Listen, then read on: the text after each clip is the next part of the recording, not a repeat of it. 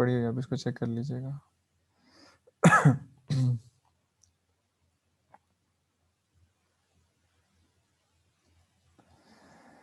Okay, Ji. So if you do not have any questions to ask, so we are going to start another chapter, and that is about the microscopy and cell structure.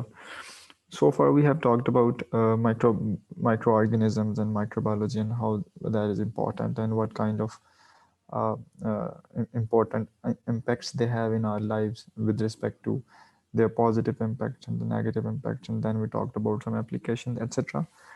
अभी बहुत सारी चीज़ें जो हैं वो narrow down होती चली जाएंगी और अब हम थोड़ा स्पेसिफिक होते जाएंगे. The first chapter was about the historical events and some generic points. Now we will be talking about some specific things that are dedicated to the microbiology.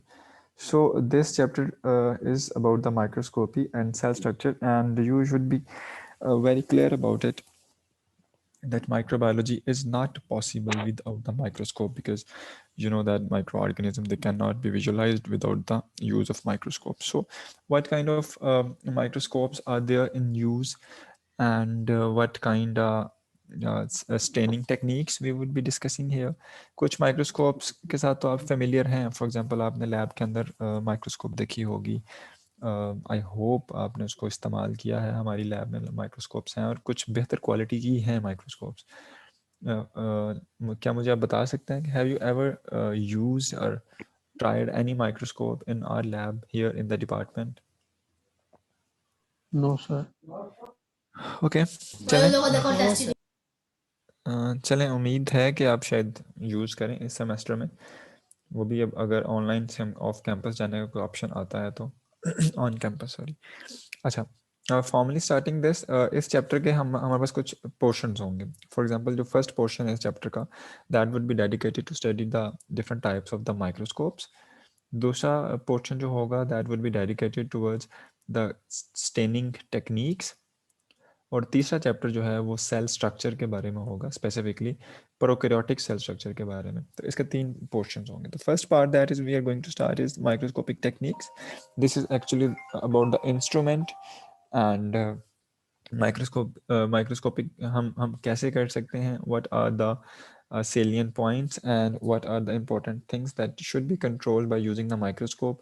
आपका जो माइक्रोबायोलॉजी का लैब मैनुअल है उसके अंदर जो first experiment है वो भी माइक्रोस्कोपिक टेक्निक्स के अकॉर्डिंगली ही है. इसी वजह से यहाँ पे हम जो अभी पढ़ेंगे, ये बात जहन में रखते हुए पढ़ेंगे कि हमें यही topic lab point of view से भी डिस्कस करना है. So that's why we should think very clear. So starting from the prokaryotic cell, you know that prokaryotic cells, they are very small in size, and their surface area is very large as compared to their size. और microscopic cells जो हैं in general they are of small size, so we need any aid, or we need any kind of lenses that may be used in microbiology, जिनसे हमें microorganisms को visualize करने में help मिलती है. So the microscope, that is actually the combination of different lenses. अब microscope की अगर हम स्ट्रक्चर की बात करते हैं, for example here in this picture, microscope के स्ट्रक्चर की बात करें तो इसमें डिफरेंट लेंसेज का कॉम्बिनेशन है. मैं अगर आपको यहाँ पे बता सकूँ, for example starting with this side, this is actually called the eyepiece और the ocular lens. Here the second lens, this is the objective lens. Here यहाँ पे एक और लेंस हुआ करता है, बेसिकली दिस इज, ये कंडेंस करता है लाइट को, दिस इज कॉल्ड कंडेंसर. और यहाँ पे this is the light source. Same इसी तरह की मिलती जुलती माइक्रोस्कोप जो है ये आप लैब के अंदर भी देखेंगे. सो माइक्रोस्कोप के डिफरेंट टाइप्स में जो सबसे कॉमनली यूज्ड माइक्रोस्कोप है, that is called bright field microscope, या हम इसको कंपाउंड माइक्रोस्कोप भी कहते हैं, या हम इसको सिंपली लाइट माइक्रोस्कोप भी कहते हैं.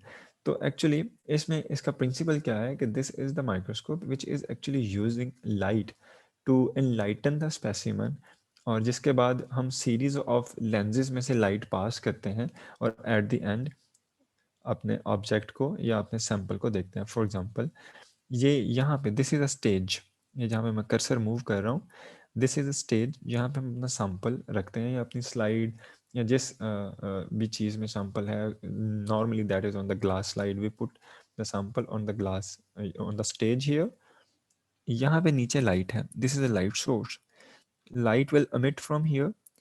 This condenser lens has ability to condense the light according to your specifications. आप इसको चेंज कर सकते हैं, यहाँ से इसकी नॉब मूव करके आप लाइट की इंटेंसिटी को कम या ज़्यादा कर सकते हैं, या इवन ये स्लाइड के ऊपर जो एरिया फोकस कर रहा है उस एरिया को कम या ज़्यादा टारगेट कर सकते हैं। उसके बाद यहाँ पे ग्लास स्लाइड है, लाइट हमारे स्पेसिमन या सैंपल में से पास थ्रू करेगी and it will reach to the objective lens here. After the objective lens, light will pass through towards the ocular lens यहाँ पे, और हम इस ocular lens से अपने specimen को visualize कर रहे हैं. So actually this is the analysis of our specimen through multiple lenses, और multiple lenses एक picture generate करते हैं. That picture is actually called the magnified picture. Magnified या enlarged पिक्चर हम उसको कहते हैं, enlarged object. So the ability of a microscope to enlarge an object is called magnification. Magnification of microscope. जब भी किसी माइक्रोस्कोप की पावर की बात होगी तो हम दो पॉइंट्स कंसिडर करेंगे, वन वुड बी मैग्नीफिकेशन और दूसरा होगा रेजोल्यूशन। तो मैग्नीफिकेशन की बात अभी तक आपको समझ आ जानी चाहिए कि magnification is an ability of a microscope to enlarge the object in a size. Enlargement, this is called magnification. So microscope की जो मैग्नीफिकेशन है ये हम किस तरह से डिटरमिन करते हैं कि हमारे पास यहाँ पे दो लेंसेज हैं, this one and this one, दोनों लेंसेज की पावर उसके ऊपर लिखी होती है।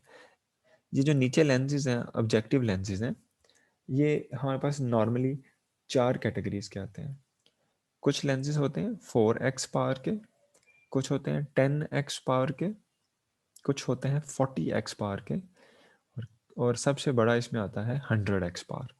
सो दे आर नॉर्मली 4 टाइप्स। तो इसमें ये चारों लगे होते हैं। हमें जो लेंस यूज़ करना है हम इसको रोटेट करते हैं, उस लेंस को सामने स्पेसिमन के सामने सेट कर लेते हैं। चार लेंसेज की मैंने पार्ट्स बताई हैं जो कि ऑब्जेक्टिव लेंस में आती हैं, 4x, 10x, 40x and 100x। Sorry. जो ऑक्यूलर लेंस है ये नॉर्मली 10x में आता है, इसकी पावर जो है 10x। So if we have to calculate the magnification of a microscope, तो हम क्या करेंगे कि ऑक्यूलर लेंस की power that would be multiplied with the power of an objective lens. मिसाल के तौर पे अगर ऑब्जेक्टिव लेंस जो है वो 4x का है और ऑक्यूलर लेंस जो है वो 10x का है, तो माइक्रोस्कोप किसी भी ऑब्जेक्ट को 40 टाइम्स इनलार्ज करेगी, यानी कि 10 मल्टीप्लाई बाय 4 हियर। इसको हम इसे मल्टीप्लाई कर देंगे। ये ऑक्यूलर लेंस है, उसकी पावर है, और ये ऑब्जेक्टिव लेंस है जो कि हम ऑब्जेक्टिव लेंस जो हम यूज़ कर रहे होंगे अपने ऑब्जेक्ट को देखने के लिए। अब अगर हम 4x की बजाय 10x का लेंस यूज़ कर रहे हैं नीचे ऑब्जेक्टिव लेंस की में, तो हम इस 10 को 10 से मल्टीप्लाई करेंगे, तो अब हमें जो ऑब्जेक्ट नज़र आएगा वो 100 टाइम्स बड़ा नज़र आएगा, यानी कि now the microscope has ability to magnify the object 100 times. इसी तरह से 400 और 1000। तो मैक्सिमली जो ब्राइट फील्ड माइक्रोस्कोप है इसकी पावर जो है वो 1000x तक या 2000x तक होती है। 2000x से ज़्यादा ब्राइट फील्ड माइक्रोस्कोप की पावर कॉमनली यूज नहीं होती। तो ब्राइट फील्ड की याद रखिएगा, magnification power is commonly that is 100x, but in some cases it could be commonly it is 1000x, but in some cases it could be of 2000x magnification power. तो यहाँ तक magnification power को लेके चीज़ें clear हुई। If you guys have any question you may ask. Magnification, या जी आवाज। Sir ये जो एक्यूलर लेंस की जो मैग्नीफिकेशन पावर होती है वो 10x कांस्टेंट होती है या उससे ज़्यादा भी हो सकती है? उसमें उसमें बहुत कॉमन है 10x, लेकिन कुछ माइक्रोस्कोप्स में ज़रा स्पेशली डिज़ाइन जो है उनमें 20x आता है, 10, 20। तो उसके ऊपर लिखा होता है, अगर वो 20 लिखा होगा तो हम इसको 20 से मल्टीप्लाई करेंगे, लेकिन 10 इज़ वेरी कॉमन और नॉर्मली 10 ही आता है। Okay any other? Okay, no questions. So ये माइक्रोस्कोप की एक पार की हमने डिस्कशन किया था, मैग्नीफिकेशन पार। सो द अदर, जी सर अभी आपने बताया था ना कि ये जो ऑब्जेक्टिव लेंस की जो मैग्निफिकेशन पावर्स हैं 4x 10x 40 और 100 है, और ओक्यूलर लेंस की 10x टाइम है। सर आपने फिर ये कहा है कि ब्राइट फील्ड जो माइक्रोस्कोप है उसकी 1000 टाइम भी जो होती है ना मैग्निफिकेशन पावर होती है, सम टाइम 2000 टाइम। तो सब ये 2000 कैसे हो सकती है ना, मतलब ओक्यूलर की तो 10 आपने अभी बताया कि मतलब वो फिक्स ही होती है ज्यादातर टाइम, तो वो फिर 2000 टाइम कैसे हो सकती है ना? हाँ, 2000 टाइम ऐसे हो सकती है कि if we have ocular lens of 20x, अभी मैं अब्बास को बता रहा था कि कुछ केसेस में हमारे पास 20x का आता है। अगर सर ये 20x उसके होगा, है ना, जब ये ऑक्यूलर लेंस जो 20x टाइम एक्स का होगा तभी 2000 होगी ना? हाँ बिल्कुल तब होगी, अदरवाइज नहीं हो पाएगी। If this is of 20x, तो फिर हम 20 को 100 से जब मल्टीप्लाई करेंगे, दैट विल बी 20। तो this is the story about it. Magnification, this is magnification. आप इसको, मेरी सजेशन ये है कि जब आप लैब में, आई एम होपफुल कि शायद हो ही जाए ये सेमेस्टर, हमें ऑन कैंपस कोई ऑप्शन मिल जाए, तो आप अगर लैब में माइक्रोस्कोप यूज़ करें तो उसको बड़ा केयरफुली और इसको ये चीज़ें समझ के उसको देखें कि ये जो मैंने आपको चीज़ें बताई हैं, ये वहाँ पे मौजूद हैं। आप उसको यूज़ करना है तो कैसे करना है, because you should be very strong in the lab techniques. आपको लैब के काम आने चाहिए, चीज़ों को खुद से करके देखें। अदरवाइज़ आप ये चीज़ें इसको यूट्यूब वीडियोज़ में भी देख लेंगे माइक्रोस्कोप को, लेकिन until unless whenever you will be performing the experiment तो कन्फ्यूजन होगी। सो आप खुद से परफॉर्म करके देखें, ये अभी चीज़ें समझते जाएं, इसको नोट डाउन चाहे करते जाएं। जब आप माइक्रोस्कोप आपकी एक्सेस में हो तो उसको देखें, उसको एनालाइज करें ज़रा कीन ऑब्जर्वेशन के साथ। Anyways, the second ability of a microscope that is the resolution. Magnification का मतलब है कि किसी भी एक चीज़ को इनलार्ज करना। रेजोल्यूशन है कि एक माइक्रोस्कोप कितना क्लियर इमेज जनरेट कर सकती है। The resolution is actually the ability to clearly separate the coexisting objects. For example, if there are two points which are coexisting, मैं यहाँ पे अगर मेरी स्क्रीन पे आप देखें तो एक पॉइंट यहाँ पे अगर लगा दूँ, दूसरा पॉइंट यहाँ पे मैं लगा दूँ, ठीक है, these are the two points. So हम नेकेड आई से अभी इन दो पॉइंट्स को क्लियर देख सकते हैं, ये दोनों सेपरेट नज़र आ रहे हैं, लेकिन अगर ये इससे क्लोज होंगे ये दोनों points, we would not be able to clearly separate these two points. फिर हम जब इन पॉइंट्स को किसी लेंस के साथ देखेंगे तो हमें ये दोनों पॉइंट्स थोड़े क्लियर सेपरेट नज़र आएंगे। So ability of a microscope to clearly separate the two coexisting points and objects, this is called resolution। और ये डिटरमिन करती है, रेजोल्यूशन पावर डिटरमिन करती है कि एक माइक्रोस्कोप एक्चुअली कितनी डिटेल्स दिखा सकती है, हमें कितनी क्लियर इमेज दिखा सकती है। अगर किसी माइक्रोस्कोप की रेजोल्यूशन पावर कम है तो वो हमें डिटेल क्लियर पिक्चर नहीं दिखा पाएगी। सो मैग्नीफिकेशन एक सेपरेट चीज़ है, रेजोल्यूशन एक सेपरेट चीज़ है। So resolving power of a microscope that should be very strong, that it should be able to separate two clearly coexisting points and to create a clear picture। तो resolution जो है किसी भी, do you know human eye की resolution power या resolving power कितनी है? Any idea? Human eye की resolving power?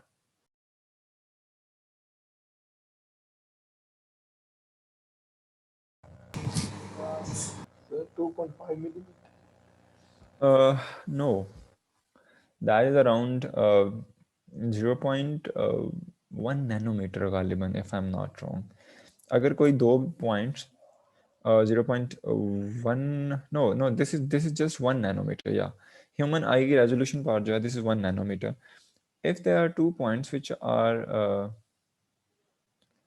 No not nanometre, मैं भूल रहा हूँ, I think that was millimeter, but let me confirm, then I will let you know। ठीक है, अभी हम थोड़ा सा आगे मूव करते हैं।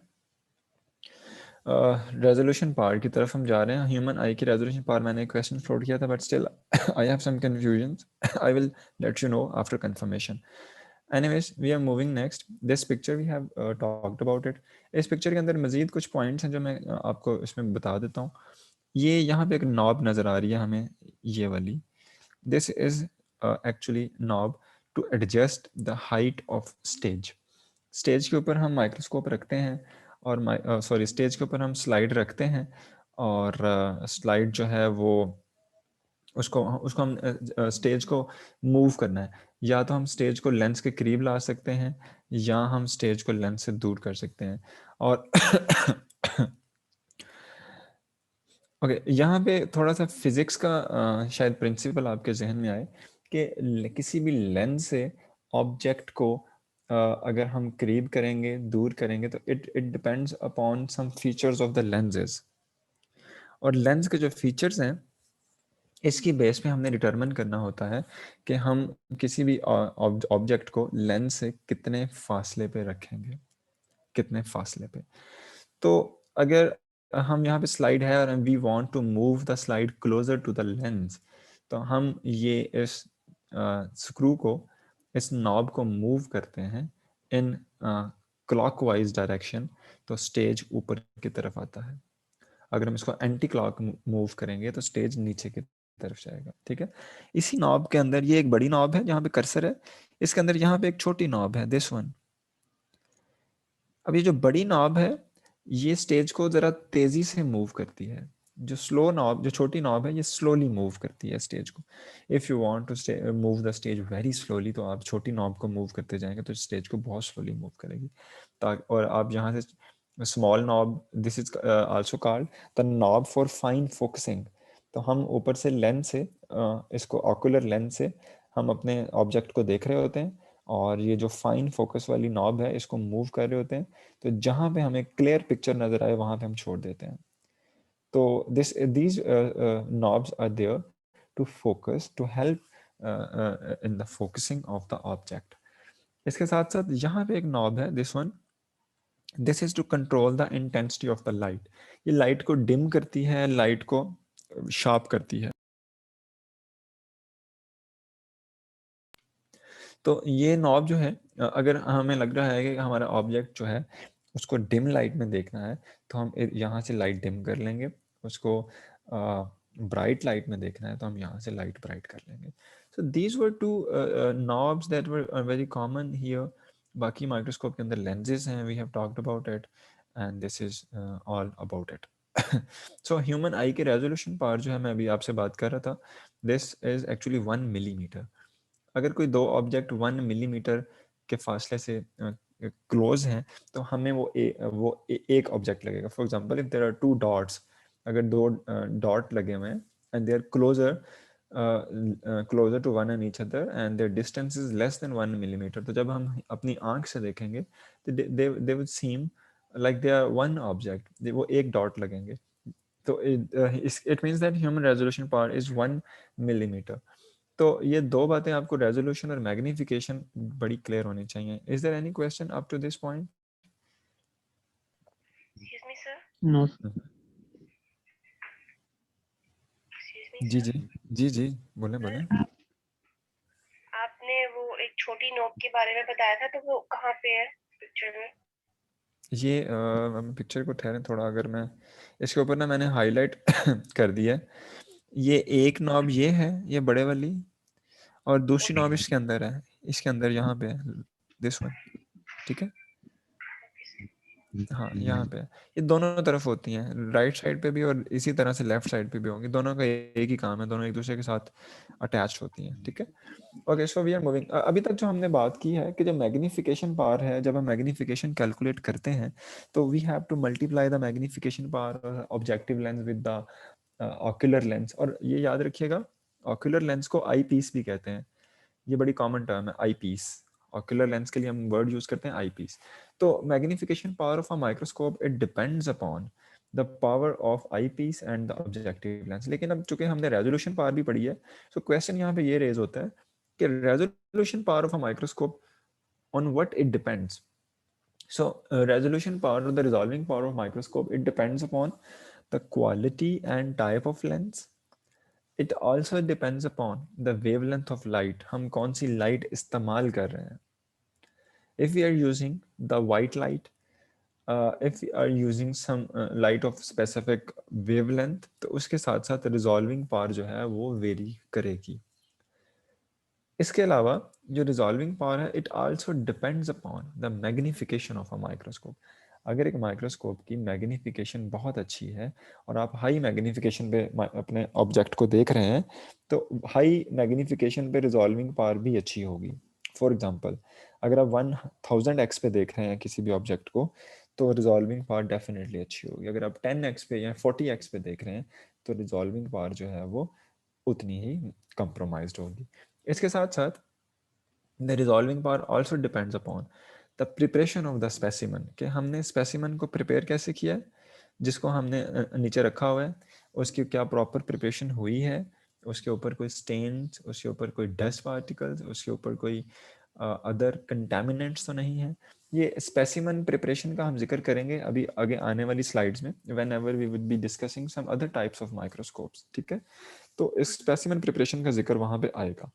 अभी तक आप सिर्फ ये याद रखिए कि रिजॉल्विंग पावर जो है वो चंद फैक्टर्स पे डिपेंड करती है, और वो फैक्टर्स हैं quality and type of lens, wavelength of light, the magnification of microscope and the specimen preparation type and उसका मेथड. देयर टू पार्ट जो अभी तक हमने डिस्कस किए हैं, मैग्निफिकेशन और रेजोल्यूशन. ये मैग्निफिकेशन और रेजोल्यूशन हर माइक्रोस्कोप की होती है, चाहे वो ब्राइट फील्ड है, चाहे वो इलेक्ट्रॉन माइक्रोस्कोप है, चाहे वो फ्लोरिसेंट माइक्रोस्कोप है, चाहे वो डार्क फील्ड माइक्रोस्कोप है, चाहे वो डिफरेंशियल माइक्रोस्कोप है. सबकी रेजोल्यूशन पावर और मैग्निफिकेशन पावर होती है, और हम अपने ऑब्जेक्ट के हिसाब से मैग्निफिकेशन पावर को चेंज करके उसको यूज़ करते हैं. तो अभी तक आपको ये दो बातें क्लियर हो जानी चाहिए. If you guys have any question up to this point regarding resolution, regarding magnification, या आपके पास कोई इस पर बात करने के लिए कोई पॉइंट हो, कोई डाटा हो, या मज़ीद कोई इन्फॉर्मेशन हो, यू गाइस में ऐड.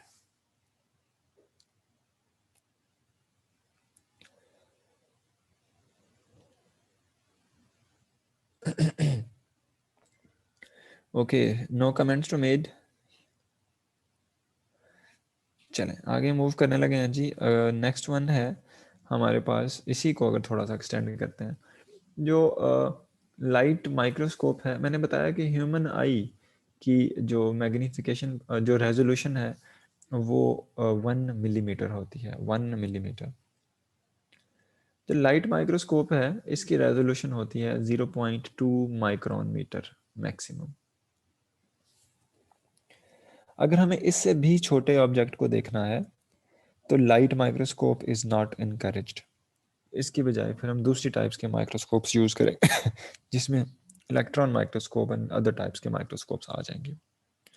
लेकिन जो प्रोकैरियोटिक सेल है या बैक्टीरियल सेल है, इसका साइज काफ़ी है. इतना है कि हमारे लिए लाइट माइक्रोस्कोप जो है, this is enough to study the prokaryotic cell, to study the general morphology of the prokaryotic cell, not the details. Definitely details में जाएंगे तो फिर light microscope जो है वो enough नहीं होगी. लेकिन when we move towards the viruses, viruses are too small as compared to the resolution power of the light microscope. So for the study and analysis of the virus, we cannot use the light microscope. We need to shift towards the electron microscope. Okay?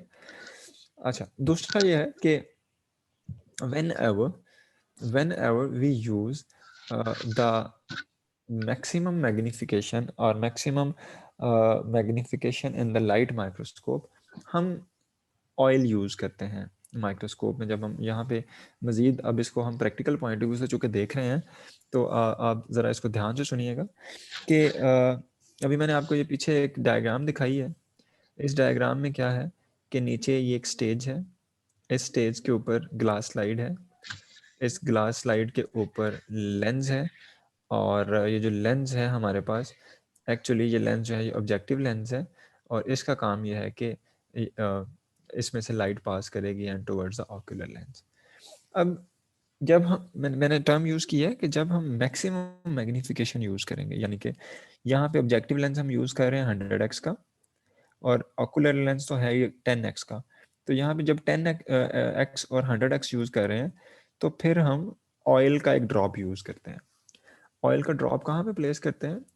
Between the objective lens and the specimen. यानी कि glass slide है, glass slide के ऊपर एक oil drop डाला और उसके ऊपर हमने रख दिया अपना ऑब्जेक्टिव लेंस।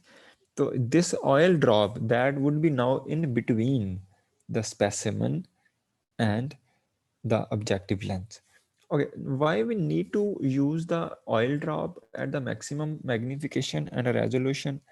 इसको समझने के लिए आपको मैं ये एक डायग्राम दिखाता हूँ. Here, this one. So suppose this is the slide जो कि आपकी specimen की slide है या जो आपका sample है that you have prepared. This one, this is. अब लाइट सोर्स देखा हमने अभी पीछे डायग्राम में कि लाइट सोर्स जो है वो स्लाइड से नीचे होता है। अब लाइट ने पास करना है स्पेसिमन से, स्पेसिमन किस में है? शीशे की स्लाइड में, ग्लास की स्लाइड में। ग्लास के बाद आएगी एयर और एयर के बाद आएगा ऑब्जेक्टिव लेंस। तो अब लाइट के लिए काफ़ी यहाँ पे प्रॉब्लम है कि पहले लाइट एंटर हो रही है ग्लास में, glass is a different medium. उसके बाद लाइट एंटर हो रही है एयर में, air is a different medium. और फिर लाइट एंटर हो रही है ग्लास में, this is an other different medium. You know that when light enters from one medium to other medium, it diffract. It diffracts. Light diffract होती है, light की waves scatter होती हैं, जैसा कि यहाँ पे आप देख रहे हैं। लाइट एंटर हुई है ग्लास में, ग्लास के बाद एयर में, और एयर के बाद लाइट जो है वो डाइफ्रैक्ट होगी। सो अगर हमारे पास यहाँ पे 3 रेज थी तो लाइट डिफ्रैक्ट होगी और डिफ्रैक्शन के बाद हमें क्लियर इमेज जनरेट नहीं होगा, बिल्कुल इस तरह से जिस तरह हम ये देखते हैं। हम ग्लास के अंदर अगर पानी डाल के एक सीधी पेंसिल रखते हैं तो हमें ये बेंडेड नज़र आती है। ये बेंडेड इसलिए नज़र आती है कि जो हमारी आंख तक लाइट रेज पहुंच रही हैं वो कुछ इस तरह से हैं कि कुछ लाइट रेज यहाँ से, यानी कि जो ऊपर एम्प्टी एरिया एयर थी यहाँ से आ रही हैं, कुछ लाइट रेज आ रही हैं यहाँ से, वाटर में से। दोनों टाइप्स की जो रेज हैं इनका refraction index, refractive index different होगा। इस वजह से ये हमें स्पेसिमन बैंडेड नज़र आ रहा है। अगर आप इसी ग्लास को ऊपर तक फिल कर दें तो हो सकता है हमें ये सीधा नज़र आना शुरू हो जाए। So to avoid the refraction, avoid the diffraction, we actually reduce the medium change. यहाँ पे तो ऑयल ड्रॉपलेट हम डालते हैं ग्लास स्लाइड में और लेंस के दरमियान में। यहाँ पे अगर ऑयल ड्रॉपलेट आ जाए, जिस तरह ये एक ऑयल की लेयर है, तो ऑयल ड्रॉपलेट का refractive index that is very similar to the refractive index of glass. तो अब क्या होगा कि लाइट पास करेगी ग्लास में से और फिर ऑयल में चली जाएगी, दोनों का रिफ्रैक्टिव इंडेक्स सेम है, तो लाइट की रेज जो हैं वो डाइफ्रैक्ट, रिफ्रैक्ट या बेंड नहीं होंगी। तो हमारे पास ऑब्जेक्टिव लेंस में बिल्कुल एग्जैक्ट इमेज जनरेट होगा और एग्जैक्ट अमाउंट ऑफ लाइट जो है वो ऑब्जेक्टिव लेंस में आएगी। So we use the oil drop या oil here in between the specimen and objective lens, and the point is to reduce the light refraction. Why? Because the refractive index of oil is similar to the glass. तो हम यहाँ पे जो दरमियान में air थी, जैसा कि यहाँ पे इसमें नज़र आ रही है एयर थी, उसको ख़त्म करने के लिए हमने ऑयल ड्रॉपलेट ऐड किया। Okay, any questions? यहाँ तक बात समझ में आ गई है? Why we use the oil? Yes, sir. So this Yes, is ma'am. good. This is called oil immersion technique. Oil immersion technique. तो याद रखिएगा जब भी आप लैब में माइक्रोस्कोप यूज करेंगे, आप अगर ऑब्जेक्टिव लेंस 10x का यूज करेंगे तो आप ऑयल नहीं यूज करेंगे, 40x पे भी नहीं करेंगे, 4x पे भी नहीं करेंगे। हाँ, जब आप ऑब्जेक्टिव लेंस 100x का यूज करेंगे तो फिर आपने ऑयल इमर्जन यूज करना है, ऑयल ड्रॉप जो है वो ऐड करना है, क्योंकि मैक्सिमम मैग्नीफिकेशन के लिए अब आपको लाइट रेज जो है उसकी रिफ्रैक्शन को स्टॉप करना है और अब ऑयल इमर्जन आप इस्तेमाल करेंगे माइक्रोस्कोप के साथ हमारे पास छोटी सी एक बोतल में ऑयल होता है, उसका जस्ट 1 ड्रॉप। आपके पास अपनी स्लाइड होगी, स्लाइड के ऊपर आप कवर स्लिप रखेंगे और कवर स्लिप के ऊपर आप ऑयल ड्रॉप ऐड करेंगे। और यहाँ ये मैंने आपको बता दिया है कि oil has nearly the same refractive index as glass. Refractive index is the measure of relative velocity as it passes through the medium, so we have to reduce the refraction, or so we are using actually oil. ये एक microscope जो है बड़ी हमारे पास ज़बरदस्त एक comparison की pictures हैं, this one.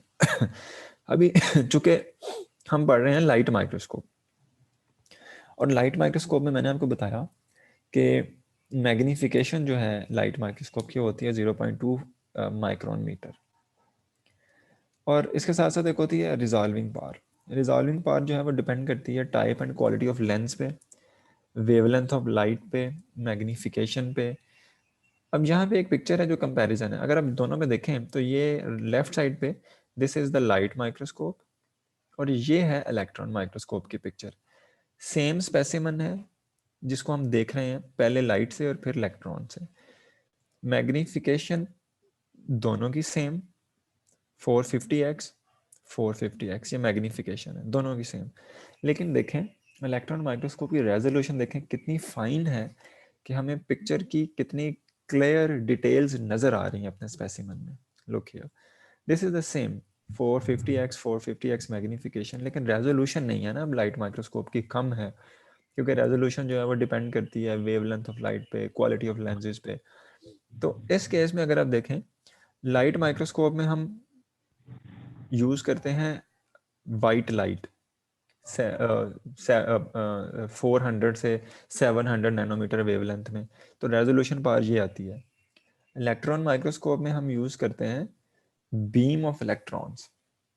So beam of electrons जो हैं they are far away as compared to the light beam, and they are generating very clear picture with a clear resolution.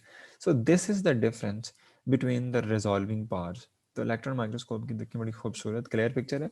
If we need to study the details of a prokaryotic and eukaryotic cell, so we would prefer to use the electron microscope. Any questions?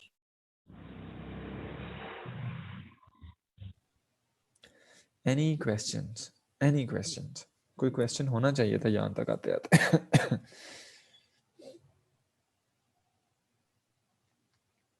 No? Sir light wavelength वाला point repeat कर दीजिएगा। कहाँ से नहीं समझ आया, मुझे बताएं जरा, मुझे बात क्वेश्चन नहीं समझ आया कि मुझे क्या रिपीट करना है। सर वो जो आपने पॉइंट बताया था ना कि इसमें वाइट लाइट यूज होती है, हाँ, वो वाला पॉइंट रिपीट। इलेक्ट्रॉन माइक्रोस्कोप में हम यूज़ करते हैं बीम ऑफ इलेक्ट्रॉन्स। लेकिन ये चूँकि लाइट माइक्रोस्कोप है जो हम कॉमनली अभी पीछे पढ़ के आए हैं, तो उसमें हम लाइट सोर्स यूज़ करते हैं। लाइट सोर्स जो है वो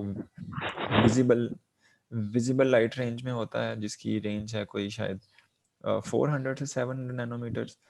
तो यहाँ पे जो इसकी लाइट के यूजेज से हमारे पास जो मैग्नीफिक रेजोल्यूशन जनरेट होती है वो इस तरह है, और जब हम इलेक्ट्रॉन की बीम यूज़ करते हैं तो हमारे पास रेजोल्यूशन जो है वो बड़ी क्लियर है as compare to the light microscope. So this was all about that I was actually letting you know at this point. Okay अच्छा, अगर कोई पॉइंट मिस हो जाया करे तो ये लेक्चर अब उस पर आपको मिल जाएगा यूट्यूब पे, अब वहाँ से देख लीजिएगा। लेकिन यहाँ पे मुझे ये बताते जाएं कि क्वेश्चन, कोई बात जहन में आ रही हो, कुछ समझ में ना आ रही हो, आप कुछ क्रिटिकली सोच रहे हो तो वो पूछें। जी अब्बास। कि आपने बताया था कि हम जो डाइफ्रैक्शन है उसको रिड्यूस करने के लिए ऑयल रखते हैं, तो हाँ, क्या वो ग्रीस वगैरह भी रख सकते हैं वहाँ पे डाइफ्रैक्शन को रिड्यूस करने? ग्रीस नॉर्मली हो सकती है, लेकिन यहाँ पे पॉइंट ये है कि जो भी चीज़ आप यूज़ करें उसका और ग्लास का रिफ्रैक्टिव इंडेक्स सेम होना चाहिए। वैसे तो वाटर ड्रॉपलेट भी यूज़ किया जा सकता है, लेकिन उसका रिफ्रैक्टिव इंडेक्स काफ़ी डिफरेंट होगा, तो हमारा फर्स्ट जो प्रॉब्लम है वो ये है कि we have to use the oil, वो वाला ऑयल यूज करना है जिसका रिफ्रैक्टिव इंडेक्स सिमिलर हो ग्लास से। तो अगर आपको लगता है कि there is such kind of grease which have similar refractive index, और वो ये भी नहीं हो रहा कि लाइट को पास थ्रू भी ना करने दें, because there are some greases which are very thick, तो वो लाइट को पास थ्रू नहीं करने देंगी, तो इस तरह से लाइट पहुंचेगी नहीं ऑब्जेक्टिव लेंस तक। तो ये सारी चीजें सोचते हुए आपने ऑयल का या ग्रीस का सिलेक्शन करना है। ओके ओके, नूर फातिमा ने हैंड रेज किया था एंड तलहा ने। जी बच्चे, नूर। कि हम लाइट माइक्रोस्कोप में व्हाइट लाइट की तरह कोई मोनोक्रोमेटिक लाइट सोर्स यूज कर रहे हो तो इमेज किस हद तक क्लियर हो सकती है? हम करते हैं, लेकिन वो कंडीशन टू कंडीशन वेरी करता है। फॉर एग्जांपल आगे कुछ एग्जांपल्स आएंगी, इनमें हम मोनोक्रोमेटिक यूज करते हैं, ताकि आगे फ्लोरिसेंट माइक्रोस्कोप्स आएंगे जिनमें हम यूज करते हैं। उसका पर्पस ये होता है कि उसके अंदर जो हमारा स्पेसिमन है उसमें किसी स्पेसिफिक पार्ट को इग्नाइट करना, या किसी स्पेसिफिक पार्ट को उसको करना, फ्लोरेस करना, उसके लिए हम मोनोक्रोमेटिक करते हैं। लेकिन नॉर्मली चूंकि जब हम बैक्टीरिया और प्रोकैरियोटिक सेल की मोर्फोलॉजी स्टडी करना चाह रहे होते हैं, तो उस केस में हम वाइट लाइट यूज़ करते हैं। हम कोई मोनोक्रोमेटिक प्रेफर नहीं करते, क्योंकि हमें नहीं पता कि मोनोक्रोमेटिक जो है वो बैक्टीरिया के किस पार्ट के साथ जाके करेगी, वहाँ से रिफ्रैक्ट और डाइफ्रैक्ट होगी, और अल्टीमेटली किस तरह का इमेज जनरेट होगा। ठीक है जी तलहा। तो मेरा क्वेश्चन ये था कि क्या हम ऑयल की जगह पे दूसरी ग्लास लाइट नहीं यूज कर सकते? या हमें करना तो है, लेकिन मसला ये है कि ग्लास स्लाइड के बाद दूसरी यूज करने के बाद फिर भी एयर आएगी, और एयर के बाद ही लेंस आएगा ना। तो जब हम ऑयल इमर्जन यूज कर देते हैं तो उस ऑयल इमर्जन के अंदर एयर, वो जो लेंस है वो डिप हो जाता है। तो लेंस जब डिप हो जाता है ऑयल इमर्जन के अंदर, तो एयर बिल्कुल एलिमिनेट हो जाती है, फिर यहाँ पे रिफ्रैक्शन के चांसेस नहीं रहते। तो ग्लास स्लाइड जब आप यूज करेंगे तो उसके अंदर ऑब्जेक्टिव लेंस डिप नहीं हो सकेगा, तो एयर का बैरियर फिर भी आएगा ही। ठीक है जी सर।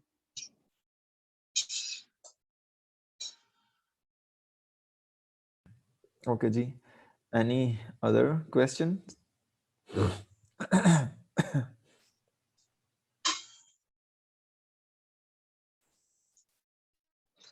सर इलेक्ट्रॉन माइक्रोस्कोप की रेजोल्यूशन पावर क्या होती है? That is in some nanometers. अभी इलेक्ट्रॉन माइक्रोस्कोप का आ जाएगा टॉपिक, उसमें हम देखेंगे। मेरे जहन में एग्जैक्ट नहीं है इसका फिगर, ये नैनोमीटर्स में है, और शायद 0.001 नैनोमीटर गालिबन। अच्छा जी, so we are moving next. This one is actually this was actually the light microscope, और हमने कुछ उसमें डिस्कशन की। अच्छा, इसके साथ साथ थोड़ा सा एक और बात जहन में रखिएगा कि जब हम माइक्रो ऑर्गेनिजम्स को देखना चाहते हैं लाइट माइक्रोस्कोप में, तो इटसेल्फ माइक्रो ऑर्गेनिजम्स का तो कोई कलर नहीं होता। हमने एक कलरलेस चीज अगर स्पेसिमन रख दिया है माइक्रोस्कोप के नीचे, and we are trying to visualize it, this would be very difficult to actually study the morphology of an object which जिसके बारे में हम determine नहीं कर पा रहे कि इसकी boundary कहाँ पे है, because there is no color there. So it would be very efficient and it would be beneficial for this study if we can generate some contrast. या हम यूँ करें कि हम कोई स्पेसिफिक टाइप का स्टेन को कलर यूज करें, जो कि माइक्रोस्कोप में स्लाइड जो हमने रखी है वो स्लाइड का बैकग्राउंड का कोई और कलर हो जाए, उस स्लाइड के ऊपर जो माइक्रो ऑर्गेनिजम्स हैं उनका कलर और नजर आए हमें। तो इस तरह से हमारे लिए बड़ी आसानी होगी माइक्रो ऑर्गेनिज्म को बैकग्राउंड से डिस्क्रिमिनेट करने में। So to impart the color, to give the contrast, we actually perform and we do the staining procedures. and this kind of staining procedures they are normally considered as a staining techniques, जिसमें एक technique है gram staining, आपने first year में पढ़ी होगी। हम इस chapter में ग्राम स्टेनिंग को डिटेल के साथ उसका प्रिंसिपल डिस्कस करेंगे। तो हम स्टेनिंग करते हैं, स्टेनिंग का पर्पस ये है कि हम बैकग्राउंड को डिफरेंट कलर देते हैं और माइक्रो ऑर्गेनिजम्स को डिफरेंट कलर देते हैं ताकि हमें डिस्क्रिमिनेट करना आसान हो जाए। अब ये जो स्टेनिंग टेक्निक्स हैं, नॉर्मली स्टेनिंग टेक्निक्स जो हैं they kill the micro organisms. जब हम स्लाइड प्रिपेयर कर रहे हैं या स्पेसिमेन प्रिपेयर कर रहे हैं by performing the staining techniques, तो स्टेनिंग टेक्निक्स जो हैं they kill the micro organisms. So keep in mind, in most of the microscopic techniques, we cannot visualize the live microorganisms. हम dead microorganisms को देखते हैं माइक्रोस्कोप में, क्योंकि जब हम स्टेनिंग करते हैं या जब हम इस तरह के प्रोसीजर्स को परफॉर्म करते हैं तो they die normally. इसी तरह से if we need to visualize some live microorganisms, तो उसके लिए फिर other microscopes हैं, उसके special techniques हैं। लेकिन हम नॉर्मल जो लैब टेक्निक्स की बात कर रहे हैं, microorganisms they are dead whenever we prepare the slides, we visualise them under the microscope etcetera. अच्छा, इसके साथ साथ कुछ स्पेशल लाइट माइक्रोस्कोप्स भी होती हैं जो कि सराउंडिंग का कंट्रास्ट जो है उसको वेरी करती हैं, डिफर करती हैं और बैकग्राउंड के कंट्रास्ट को इन्हांस करती हैं, और हम उस कंट्रास्ट में अपने माइक्रो ऑर्गेनिजम्स को देख रहे होते हैं। तो हम आगे मजीद इसको देखते रहेंगे। जैसे ये एक पिक्चर है, this is the picture in which we have used a specific microscope जिसने बैकग्राउंड का कंट्रास्ट जो है उसको चेंज कर दिया। बैकग्राउंड हमें डार्क नजर आ रहा है और उसकी फ्रंट में हमें माइक्रो ऑर्गेनिज्म नजर आ रहा है, ठीक है। So such kind of micro organisms, such kind of microscopes, these are called phase contrast microscopes। बड़ा जनरल इसका नाम फेज कंट्रास्ट। करती क्या है कि एक कंट्रास्ट डेवलप करती है माइक्रो ऑर्गेनिज्म का उसकी बैकग्राउंड से। अब किस प्रिंसिपल पे करती है ये microscope? Whenever we use this microscope to visualise any object, तो जो हमारे पास स्पेसिमन है उस स्पेसिमन में जो कुछ पोर्शन ऐसे होंगे जिनकी डेंसिटी ज़्यादा है, कुछ पोर्शंस ऐसे होंगे जिनकी डेंसिटी कम है। तो जो डेंसर मटेरियल होगा वो हमें डार्कर नजर आएगा इस माइक्रोस्कोप में, darker appearance of the denser material, और जो लेस डेंसर मटेरियल होगा वो हमें लाइट नजर आएगा। क्यों? क्योंकि ज़्यादा डेंसिटी में वाले मटेरियल में से जब लाइट पास करेगी तो लाइट एक डिफरेंट तरीके से रिफ्रैक्ट होगी। जब लाइट पास करेगी लो डेंसिटी मटेरियल से तो लाइट डिफरेंट तरीके से रिफ्रैक्ट होगी। So this is actually the phase contrast microscopy, in which we use the light beams to refract on the basis of the density or the different densities in our specimen. For example, this is a structure that have been generated. इस structure के अंदर भी अगर आप देखें तो contrast जो background है वो तो कंट्रास्ट में आ गया हमारे पास। इसके साथ साथ ये जो ऑर्गेनिज्म है इसके अंदर भी बहुत सारे पोर्शंस हमें डार्क नज़र आ रहे हैं, कुछ लाइट नज़र आ रहे हैं, depending upon the density of that portions. For example ये जो पिक्चर है ये हमारे पास है पैरामेशियम बुटसेरा की, और पैरामेशियम बुटसेरा जो है इसके साथ ये एंडोसिम्बायोट के तौर पे इसके अंदर क्लोरेला है। ये ग्रीन जो नज़र आ रहा है क्लोरेला है, तो दोनों इकट्ठे ग्रो कर रहे हैं as a endosymbiont. Chlorella is inside the paramecium bursaria, और this picture that has been generated by the phase contrast microscopy. ठीक है, तो फेज कंट्रास्ट माइक्रोस्कोपी का प्रिंसिपल थोड़ा डिफरेंट है। इसमें हम लाइट बीम्स को यूज़ करते हैं और वो डेंसिटी की बेसिस पे रिफ्रैक्ट होती हैं, जिसकी वजह से हमारे पास लाइटर और डार्कर रीजन जो हैं वो जनरेट होते हैं स्पेसिमेन के। दूसरी टाइप की जो माइक्रोस्कोप है, this is called interference microscope, and it causes the specimen to appear as a 3 dimensional. और 3 डायमेंशनल इमेज जनरेट करने के लिए भी we depends upon the refractive index of the specimen. So this type of microscope that is called interference. For example, ये अगर आपको ये दिखाऊं मैं यहाँ पे image, you can see here this image of a specimen. This is like a 3D. ये आपको थोड़ा सा 3 dimension में नजर आ रहा है, थोड़ा उभरा हुआ नजर आ रहा है हमारी तरफ. So this is the 3 dimensional, and such kind of images they can be they can be created by using the interference microscope. और इसका प्रिंसिपल क्या है कि it also depends upon the differences in refractive index of different parts of a specimen. तो इसकी बड़ी common example हमारे पास use होती है नोमास्की डिफरेंशियल इंटरफेरेंस कंट्रास्ट माइक्रोस्कोपी, या इसको हम कहते हैं DIC, differential interference contrast microscope. और इस इस माइक्रोस्कोप में जब लाइट सोर्स से लाइट निकलती है तो उसके बाद एक डिवाइस में से पास करती है, और वो डिवाइस जो है वो लाइट को सेपरेट करती है, 2 या 3 बीम्स में सेपरेट करती है. अब वो जो 2 बीम्स हमारे स्पेसिमन पे अलग-अलग लाइट की 2 बीम्स जब पड़ती हैं तो वो 2 बीम्स जो हैं वो हमारे पास 3 डायमेंशनल इमेज क्रिएट करती हैं. ये जो इमेज है, this is the image of a protozoa named as a paracinita which is attached with a green alga. ये ग्रीन एल्गा है, इसके साथ ये प्रोटोजोन अटैच्ड है, और ये रियल पिक्चर है that has been created by using the Nomansky differential interference contrast microscopy या DIC माइक्रोस्कोपी को यूज करते हुए हमने इसको जनरेट किया है. ठीक है, ओके जी. Up to this point if you guys have any question. Yes Akif. अस्सलाम वालेकुम सर. सर इन दोनों की जो क्या कहते हैं, जो ये क्या हमें इनके माइक्रोस्कोप के थ्रू देखने को मिलते हैं या फिर ये सॉर्ट ऑफ इमेजेस के तौर पे निकलती हैं बाहर? इसके साथ ना कंप्यूटर सिस्टम्स अटैच होते हैं इन माइक्रोस्कोप्स के साथ, और कंप्यूटर में सॉफ्टवेयर जो कि इमेज को प्रोसेस करके हमें कंप्यूटर स्क्रीन पे दिखाते हैं. तो फिर हम माइक्रोस्कोप में नीचे से उसकी नॉब मूव करके अपने स्पेसिमन की जगह चेंज करते रहते हैं, तो हमें ये कंप्यूटर की स्क्रीन पे इमेज नजर आता रहता है लाइव, और फिर जिस पोर्शन को हम कैप्चर करना चाहते हैं हम कंप्यूटर स्क्रीन से कैप्चर कर लेते हैं उसको. ठीक है सर, ये जो कलर कंट्रास्ट है इसमें दिया वो ये किस तरह करते हैं, मतलब?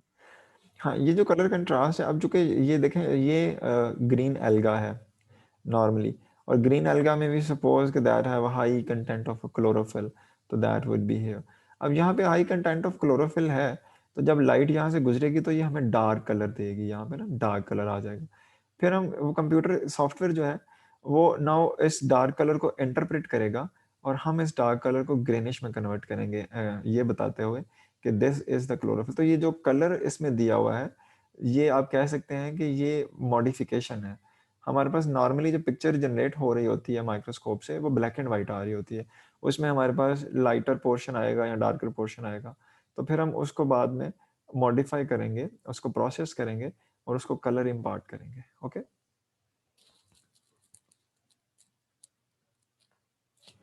Any other questions?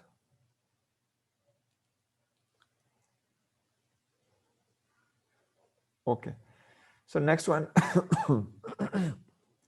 ओके आप लोग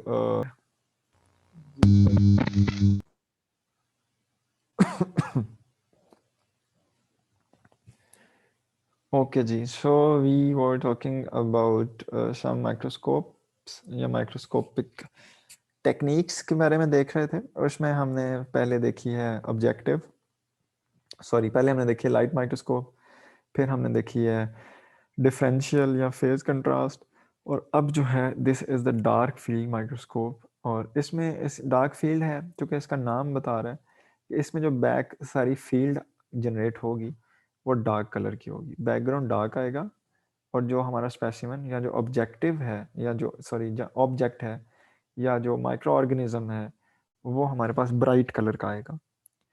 इसका भी प्रिंसिपल सेम है कि बिल्कुल उसी तरह से जब हम देखते हैं कि एक डार्क रूम है और उस रूम में एक बीम ऑफ लाइट आती है, पूरा कमरा जो है वो डार्क है, और वो जो बीम ऑफ लाइट आ रही है एक रूम में किसी भी एक सुराख से, उस बीम ऑफ लाइट के रास्ते में आने वाले जितने भी पार्टिकल्स हैं वो ब्राइट नज़र आते हैं. डस्ट पार्टिकल्स हम देखते हैं वो ब्राइट नज़र आते हैं.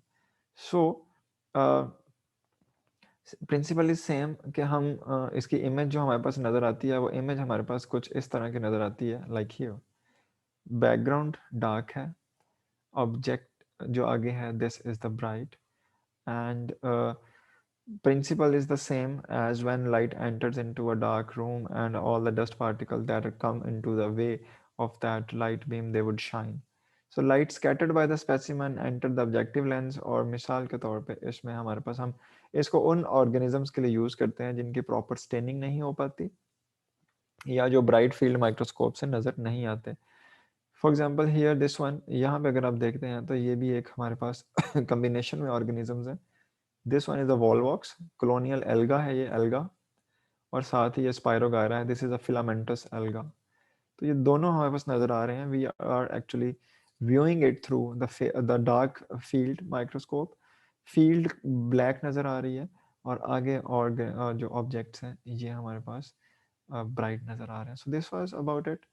The next one that is the fluorescence microscope, and this fluorescence microscope actually this gives the fluorescence to our object. अब इसमें हम करते क्या हैं कि हम पहले sample preparation करते हैं. We have a sample, we would mix this sample with some specific dyes, और फिर हम उन dyes को excite करेंगे by throwing the light of specific wavelength. जब लाइट स्पेसिफिक वेवलेंथ की लाइट इन डाइज पे पड़ेगी तो ये डाइज जो हैं they will omit a light of an other wavelength. For example different हमारे पास फ्लोरेसेंट डाइज इस्तेमाल हो सकती हैं. नॉर्मली हम क्या करते हैं कि माइक्रोस्कोप जब ये फ्लोरेसेंट माइक्रोस्कोप इस्तेमाल करते हैं तो माइक्रो ऑर्गेनिजम्स को स्टेन करते हैं या अटैच करते हैं विद फ्लोरेसेंट डाइज, और फिर हम क्या करते हैं कि इन फ्लोरेसेंट डाइज पे यूवी लाइट्स थ्रो करते हैं. अब यूवी लाइट जो है वो इन फ्लोरेसेंट डाइज को एक्साइट करती है, और ये फ्लोरेसेंट डाइज जो हैं ये विजिबल रेंज में लाइट ओमिट करती हैं. When they omit the light in the visible range तो हम उसको माइक्रोस्कोप के लेंसेज के साथ देख लेते हैं. फॉर एग्जांपल ये हमारे पास एक ऑब्जेक्ट नज़र आ रहा है, यहाँ पे हमारे पास ये जो माइक्रो ऑर्गेनिजम्स नज़र आ रहे हैं they are bright yellow colour.